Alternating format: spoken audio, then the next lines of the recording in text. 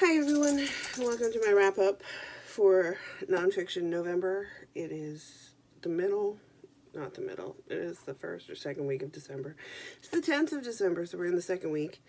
I've got some really bad hair going on. I hope that doesn't annoy everybody. Here, let me try and fix this whilst I intro you. Yes, my hair is a mess. I actually had a pretty decent reading time in November, given the fact that my brain seems to be slowly turning into a mushy pan of weirdness. And, yeah. Aside from that, you may hear some squeaking. That would be Sassy. She has a squeak. And no matter what I do, she will not leave it alone. I will try throwing it. Let's see if I can throw it far enough away.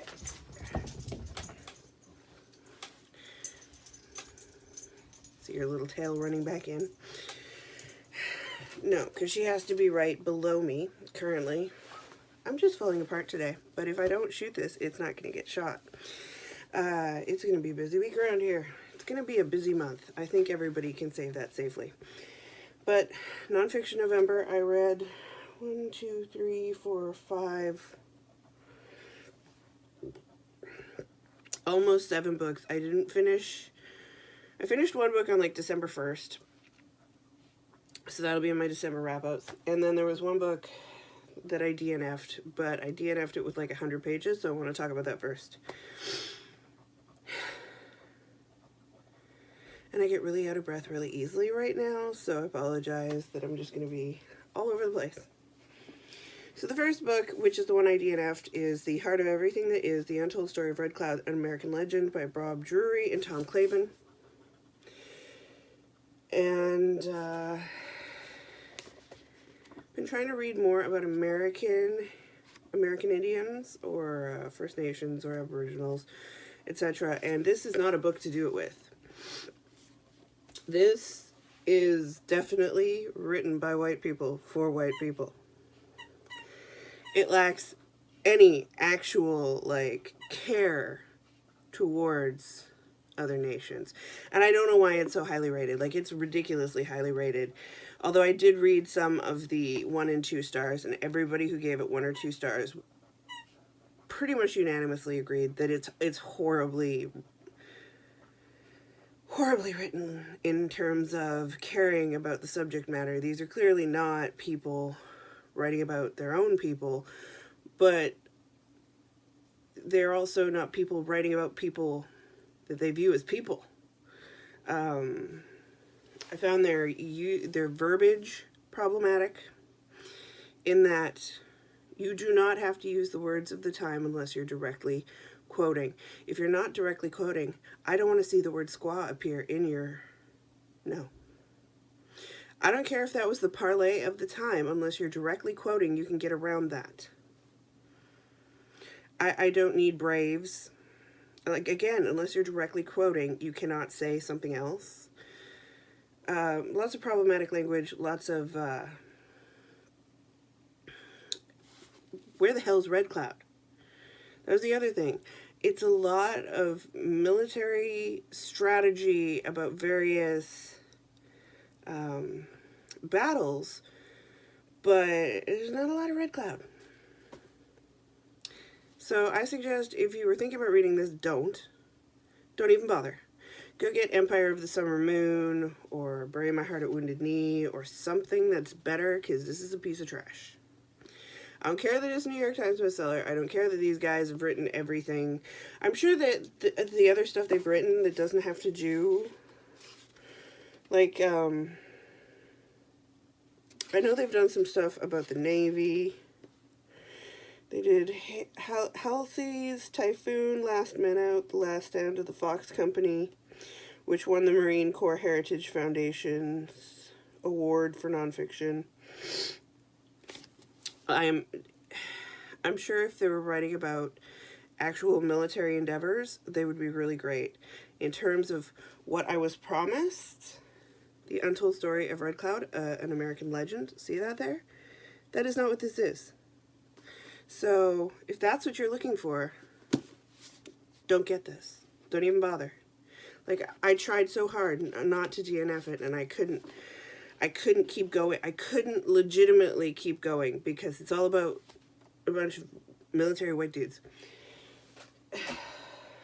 And what I really wanted to know was about Red Cloud. Then, because I was so disenchanted, I picked up a book I knew I'd love, which I had been saving, which is M Train by Patti Smith. This is the follow-up to Just Kids, or rather, it was the one written after Just Kids. I have read Just Kids. I loved it.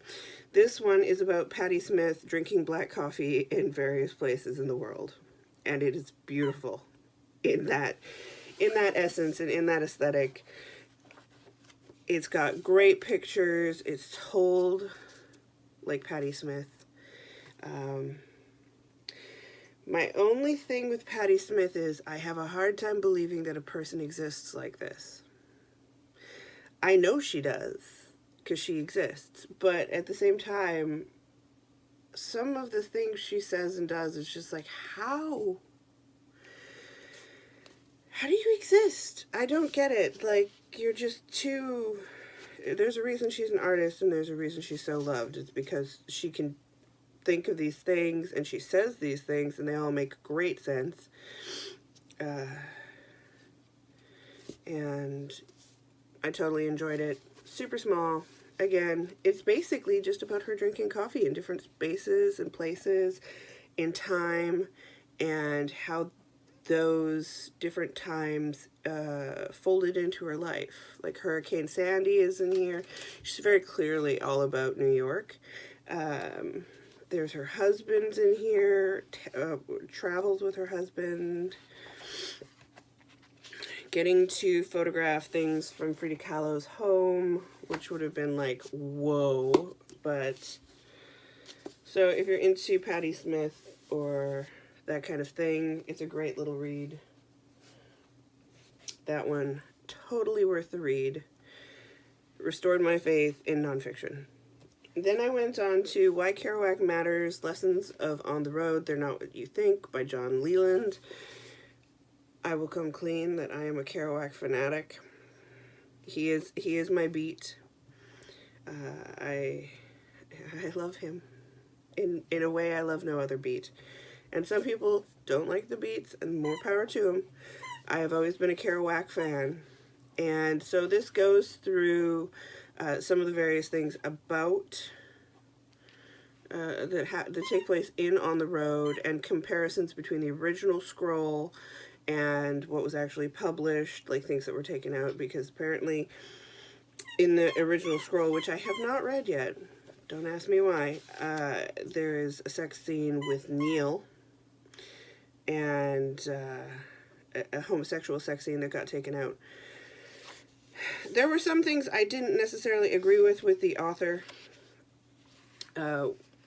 mostly having to do with some pretty out there hypotheses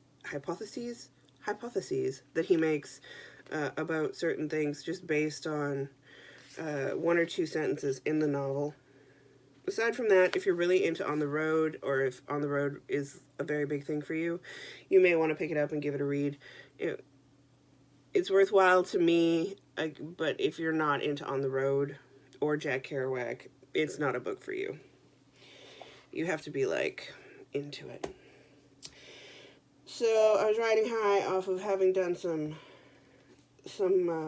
relatively good reading, and the streak continued with The Roads to Jonestown, Jim Jones and the People's Temple by Jeff Gwynne. I don't know as much about Jonestown and the People's Temple as I do about other serial killers. I've read a lot of books on true crime and serial killer and criminology, etc., etc. It's kind of my shtick. That's why I went into anthropology. Originally, I went into anthropology to be a forensic anthropologist, but life happened and things turned sideways, and I didn't end up going that way. So I still am very interested in criminology and things pertaining to it, and Jim Jones is just a wackadoodle that I needed to know more about. I really enjoyed this book. I thought it was really well written. I thought this is what true crime should look like. Very well researched. Very, like, the notes are, there's so many notes. He clearly, like, he really did his research, which is awesome. It's not like 3 things in the back where he read an article and decided to formulate something. It's got pictures, it's got background. We start when he's really relatively young. We go into his family, the psychoses in his family. And then we go pretty heavily into how the People's Temple was formed, how that impacted his marriage in general, what kind of a person he was as told by everybody who's around him, and just the whole thing. It's the full meal deal. It's really well written. And so I had to go out and I may have picked up another book by this author because I think he really knows what he's doing. If you're looking to read something about Jonestown or Jim Jones and the People's Temple, I recommend this one. Totally awesome. And despite being massive, with a bunch of notes in the back, it is well worth reading. Then I went into H is for Hawk by Helen MacDonald, which is a darling here on YouTube. And I wanted to like it. I like birds. I really do. I love a good bird. I love watching birds. I'm a very big fan. I have a big old crow tattooed on me. But I did not enjoy this book. I felt that this book had more to do with a woman who was coming to terms with her father's death and not knowing what she was doing with her life and struggling to figure it all out than it had anything to do with birds. I also thought it was basically a biography of, what's his face? I finished this not that long ago and I can't even remember. What is it, Blake? Was it Blake? No, it was White.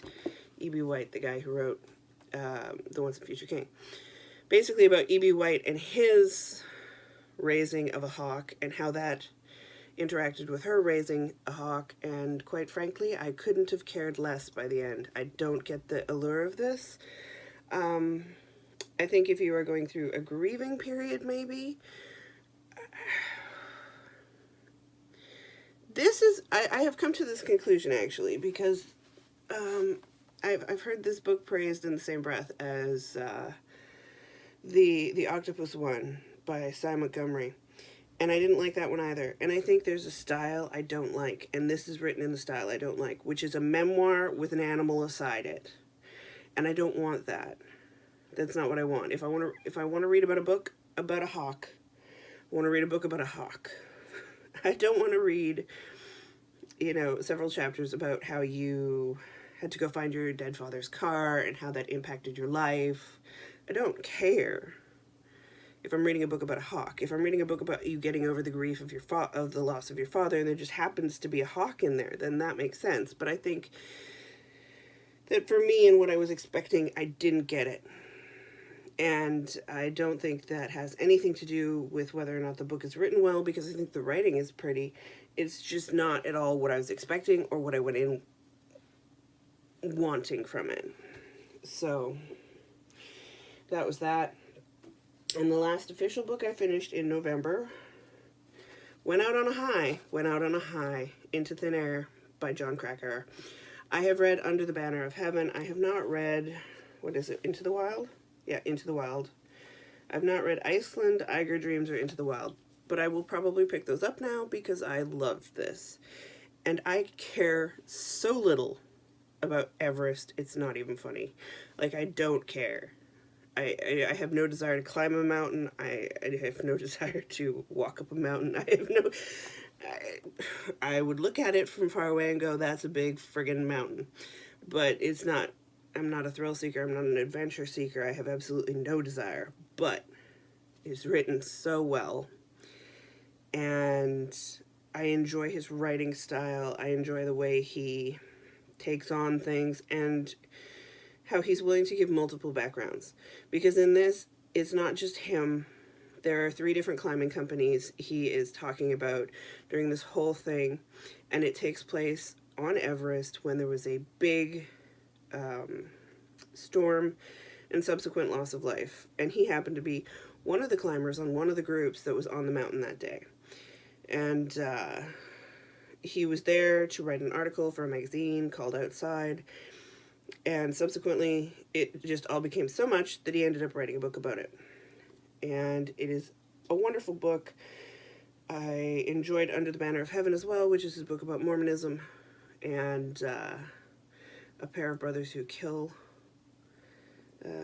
because of faith.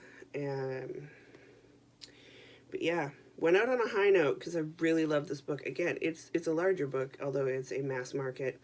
In rough shape, I got it secondhand. But I just really, really enjoyed the story. The pictures were of no use to me. The map was okay, but really, I didn't think... It's got pictures of the mountain, and it's like, and then we climbed here, and here's a picture of a storm. And okay, I could live without the pictures. But great little book about May 10th, 1996, when there was a horrible storm that followed several losses of life. So, ended out on a high. Thank goodness for that. Because it was like a little up and downy. But that was my big reading for November. I may have made a Black Friday purchase from Book Outlet. So I'll probably do an unboxing of that, which will be my November. Yeah, that'll be my November book haul. And so that will be coming up in the next couple days. It's supposed to get here this week, and I think I have time to film at the end of the week, so keep an eye out for that. I hope everyone had a good nonfiction November, and I hope everyone is enjoying December and Vlogmas and all the craziness that is ensuing currently. And I will see everybody soon. Bye.